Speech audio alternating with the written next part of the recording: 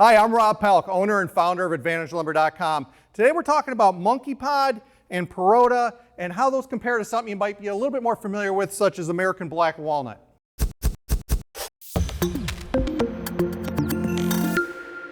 Okay, so I want to talk about the color of Monkeypod versus Parota and even versus walnut, because that might be something more familiar to you. So here's an unfinished Monkeypod slab that we have. And you can see, depending on where the region the Monkeypod comes from, we cut all the way from Mexico, all the way down to Ecuador, and even into Venezuela, into Brazil. The region that the Monkeypod comes from can change the color a little bit. We even cut some here in Florida. The Florida cut slabs will be a little bit darker, but you can see the pictures online, how the color varies from log to log, region to region. This table here is a Monkeypod that's been oiled. This happens to be a Rubio monocoat. Oil finish is going to give you a matte finish. We can sell you that product separately, or we can do that process for you. This is Monkeypod. Both these Monkeypod samples have some epoxy along the edge of them. This one here happens to be a conversion varnish. That's going to be more of a semi-gloss finish. And this one here really shows off the grain. That's an epoxy flood coat. Probably one of the hardest finishes to perfect. That's why that's the most expensive finish that we would charge to apply for you. We can also sell you the Wisebond epoxy bar and tabletop finish so that you can put that finish on yourself. Okay, so color can vary per species, but we show you pictures online of what you're looking at. This is an unfinished piece of Parota, and this table here is an oiled piece of Parota. So any finish is going to darken it up there. And we even have a sample here of epoxy. It's going to be a higher gloss than this table, which is a matte. But you'll see this piece of Parota is different color than the oiled piece, but again, it's going to vary log to log. And you can even notice that sometimes when you buy walnut plywood versus walnut solids, even from the veneer piece to the lumber, there can be a color difference. But you know, each log can have its own special color there. So here we have a walnut slab. You'll notice a darker spot on here when you view some of our slabs.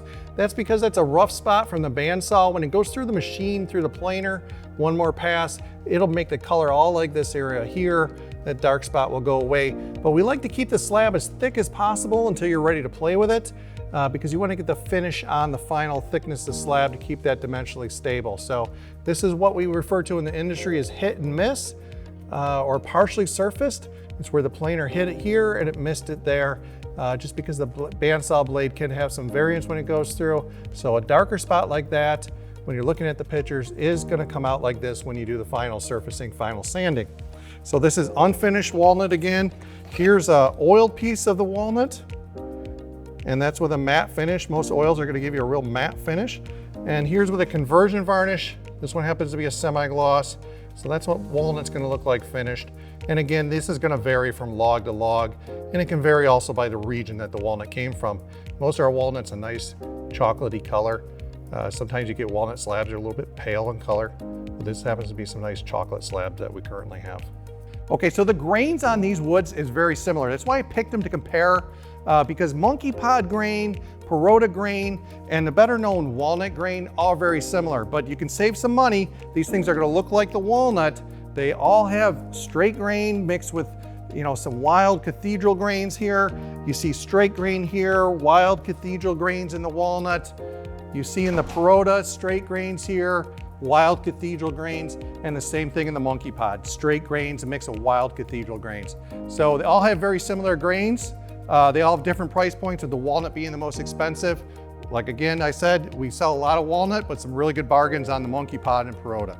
So the dried weight of Monkeypod is actually identical to the dried weight of walnut.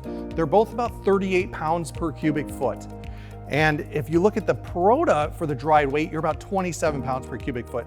So those big slabs are lighter, but then again, that's a giveaway on the density. So it's nice to have a tabletop that has a little bit more density like the walnut or the Monkeypod. Parota is still very cool, but keep in mind that's closer to the density of something like butternut. Still works great for a table, but if you're concerned about dings and dents, then lean towards the walnut or the Monkeypod. Of course, we have a lot of woods that go to some extreme hardness.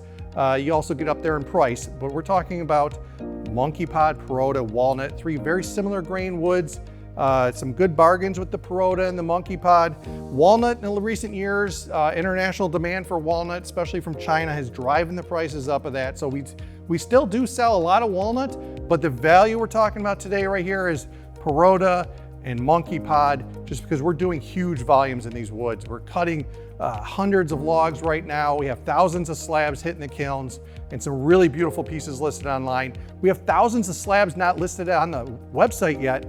So give us a call and tell us the size. Once you pick out your flavor, tell the girls or the guys here your size, and chances are we have it, just not listed on the website yet.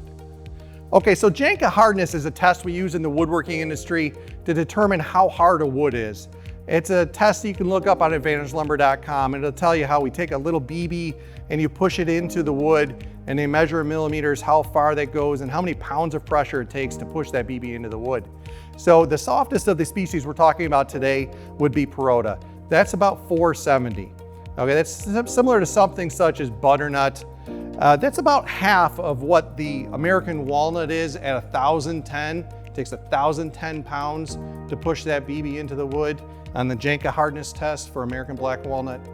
And pretty close to the American walnut is the Monkeypod. We're about 900 pounds on the Janka hardness test. So 470 on the Parota, 900 on Monkeypod, very similar to 1,010 pounds on the Janka hardness test for walnut. So Monkeypod, very good deal on that for something that has a 900 pound Janka hardness test rating. Okay, so Monkeypod is also known as rain tree, and there's a lot of different common names that get used with wood. So we refer to the Latin name on the international market when we're buying and selling things. So the Latin botanical name of Monkeypod is Samania saman. Okay, so Parota is also known as Guanacaste. That's partially because it also grows heavily in the Guanacaste region of Costa Rica. But we cut Guanacaste from Mexico all the way down to Ecuador. So it grows in a lot of different regions. But Guanacaste is a word that you'll see as a common name of Parota. And the Latin botanical name of Parota is Enterolibium cyclocarpium. Okay, so walnut's also known as black walnut or American black walnut, same thing. The botanical name of walnut is Juglans nigra. There's a lot of different walnuts in that family from around the world, but when we're talking about walnut grown in America, made in America, you're looking at Juglans nigra. So one thing to keep in mind when working with wood is to wear a proper face mask. I know with the whole mask thing, nobody wants to hear wear a mask, but this is the one time you really want to put one on. Some woods, such as rosewood or Parota or Monkeypod or even American walnut, can be an irritant to the lungs and skin. So Monkeypod, if you're going to have a reaction to that, it's usually an eye reaction. Parota can hit the lungs. And black walnut, believe it or not, it's known as a sensitizer. What that means is once you react to walnut dust, the next time you're probably going to react more severely. So you don't want to get yourself to that point with a sensitized wood like walnut, or especially rosewood. Some of the rosewoods we sell are also known as sensitizers. So make sure you down that mask, long sleeves, and when you're done sanding, go take a shower. That's best practice. You'll see some guys are covered with dust, and they can do that for 20 years without problems, and then one day it'll just hit you. So always wear a mask when sanding any wood. Okay, so these are all good woods. The Monkeypod, the Parota, the walnut, and we sell a ton of each one of them. But right now we have really good deals on the Monkeypod. We made a huge investment into a bunch of logs. We have containers of these showing up every day. I think 5 containers this week alone. We're gonna show you a little bit of that in a minute, but give us a call. We won't be undersold on the Monkeypod. We're taking over this market. We're making deals on the retail, on the wholesale. Call me Mr. Monkeypod if you want, but nobody's gonna beat us. Okay, so let's go take a look outside. We have a bunch of containers arriving of both Parota and Monkeypod. We have slabs out there that we're drying of American black walnut. But like I said, right now, huge sale on the Monkeypod. Thousands of those slabs to move. So let's go take a look out there, some cool stuff.